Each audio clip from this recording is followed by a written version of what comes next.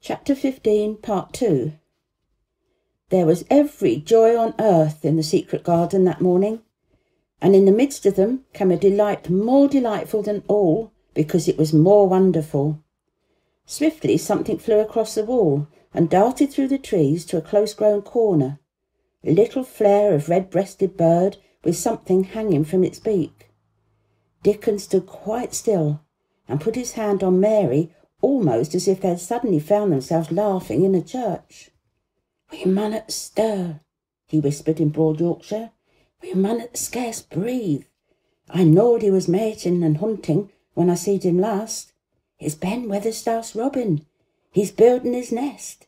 He'll stay here if us don't flight him." They settled down softly upon the grass and sat there without moving. "Us mustn't seem as if he was watching him too close," said Dickon. "He'd be out with us for good if he got notion we was interfering. It'll be a good bit different till all this is over. He's setting up housekeeping. He'll be shyer and readier to take things ill. He's got no time for visiting and gossiping. Us must keep still a bit and try to look as if us were grass and trees and bushes. And then when he's got used to seeing us, I'll chirp a bit, and he'll know us not to be in his way." Mistress Mary was not at all sure that she knew, as Dickon seemed to, how to try to look like grass and trees and bushes. But he had said the queer things as if it were the simplest and most natural thing in the world, and she felt it must be quite easy to him, and indeed she watched him for a few minutes carefully, wondering if it was possible for him to turn quietly green and put out branches and leaves. But he only sat wonderfully still, and when he spoke, he dropped his voice to such a softness that it was curious that she should hear him. But she could. "It's part at springtime, this nest-building is," he said. "I warrant it's been going on in the same way every year since world was begun. They've got their way of thinking and doing things, and a body had better not meddle. You can lose a friend in springtime easier than any other season if you're too curious." "If we talk about him, I can't help looking at him," Mary said as softly as possible. "We must talk of something else. There's something I want to tell you." "You'll like it better if us talks of something else," said Dickon. "What is it thou's got to tell me?" "Well, do you know about Colin?" she whispered. He turned his head to look at her. "What does thou know about him?" he asked. "I've seen him. I have been to talk to him every day this week. He wants me to come. He says I'm making him forget about being ill and dying," answered Mary. Dickon actually looked relieved as soon as the surprise died away from his round face. "Oh, I'm glad of that," he exclaimed. "I'm right down glad. It makes me easier. I knowed I must say nothing about him, and I don't like having to hide things." "Don't you like hiding the garden?" said Mary. "I'll never tell about it," he answered. "But I says to mother, 'Mother,' I says, 'I've got a secret to keep. It's not a bad un, thou knows that. It's no worse than hiding where a bird's nest is.' Thou doesn't mind it, does thou?" Mary always wanted to hear about mother. "What did he say?" she asked, not at all afraid to hear. Dickon grinned sweet-temperedly. "It were just like her what she said," he answered. "She give my head a bit of a rub and laughed, and she says, 'Eh, lad, thou can have all secrets thou likes. I've knowed thee 12 year.'" "How do you know about Colin?" asked Mary. "Everybody has knowed about Mr. Craven, knowed there was a little lad who was like to be a cripple, and they knowed Mr. Craven didn't like him to be talked about. Folks is sorry for Mr. Craven, because Mrs. Craven was such a pretty young lady, and they were so fond of each other. Mrs. Medlock stops in our cottage whenever she goes to Thwaite, and she don't mind talking to mother before us children, 'cause she knows us been brought up to be trusty." "How did I find out about him?" "Martha weren't fine trouble last time she come home. She said they'd heard him fretting, and they was asking questions, and she didn't know what to say." Mary told him her story about the midnight wuthering of the wind, which had wakened her, and about the faint, far-off sounds of the complaining voice, which had led her down dark corridors with her candle, and had ended with her opening of the door of the dimly lighted room, with the carven four-poster bed in the corner. When she described the small, ivory-white face and the strange black-rimmed eyes, Dickon shook his head. "Them's just like his mother's eyes, only hers were always laughing, they say," he said.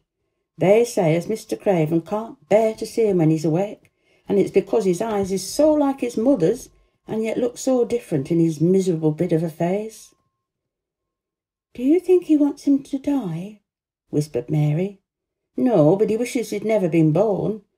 Mother, well, she says that the worst thing on earth for a child, them as is not wanted, scarce ever thrives. Mr. Craven, he'd buy anything as money could buy for the poor lad, but he'd like to forget he's on earth. For one thing, he's afraid he'll look at him some day and find he's growed an hunchback." "Colin's so afraid of it himself that he won't sit up," said Mary. "He says he's always thinking that if he should feel a lump coming, he shall go crazy and scream himself to death." "Yeah, he oughtn't to lie there thinking things like that," said Dickon. "No lad could get well as thought them sort of things." The fox was lying on the grass close by, looking out to ask for a pat now and then, and Dickon bent down and rubbed his neck softly, and thought a few minutes in silence. Presently he lifted his head and looked around the garden. "When first we got in here," he said, "it seemed like everything was grey. Look around now and tell me if thou don't see a difference." Mary looked and caught her breath a little. "Why," she cried, "the grey wall is changing. It's as if a green mist were creeping over it. It's almost like a green gauze veil." "Aye," said Dickon, "and it'll be greener and greener till all grey's gone. Can thou guess what I were thinking?" "I know it was something nice," said Mary eagerly. "I believe it was something about Colin." "I were thinking that if he was out here, he wouldn't be watching for lumps to grow in his back.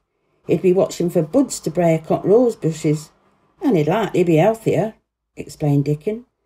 "I was wondering if us could ever get him into humour to come out here and lie under trees in his carriage."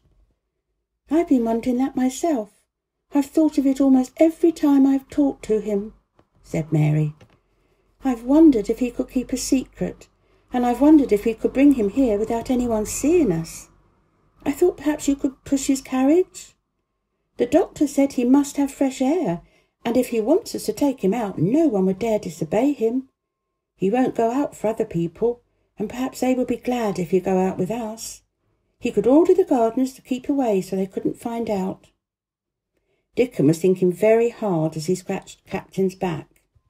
"It'd be good for him, I warrant," he said. "Us should not be thinking he'd better never have been born. Us would be just two children watching a garden grow, and he'd be another. Two lads and a little lass just looking on at springtime. I warrant it'd be better than doctor's stuff." "He's been lying in his room so long, and he's always been so afraid of his back, that it's made him queer," said Mary. "He knows a good many things out of books, but he doesn't know anything else. He says he's been too ill to notice things, and he hates going out of doors, and he hates garden and gardeners. But he likes to hear about this garden, because it's a secret. I don't tell him much, but he said he wanted to see it." "Us'll have him out here some time for sure," said Dickon. "I could push his carriage well enough. Has thou noticed that Robin and his mate has been working while we've been sitting here? Look at him perched on branch, wondering where it'd be best to put that twig he's got in his beak." He made one of his low whistling calls, and the robin turned his head and looked at him inquiringly, still holding his twig. Dickon spoke to him as Ben Weatherstaff did, but Dickon's tone was one of friendly advice. "Wherever thou puts it," he said, "it'll be all right. Thou knew how to build nest before they came out to egg. Get on with thee, lad. Thou's got no time to lose." "Oh, I do like to hear you talk to him," Mary said delightedly. "Ben Weatherstaff scolds him, and he makes fun of him, but he hops about and looks as if he understood every word, and I know he likes it. Ben Weatherstaff says he's so conceited he would rather have stones thrown at him than not be noticed." Dickon laughed too, and went on talking. "Thou knows us won't trouble thee," he said to the robin. "Us is bein' near wild things ourself. Us is nest building too, bless thee. Look out thou doesn't tell on us." and though the robin did not answer because his beak was occupied, Mary knew that when he flew away with his twig to his own corner of the garden, the darkness of his dew-bright eye meant that he would not tell their secret for the world.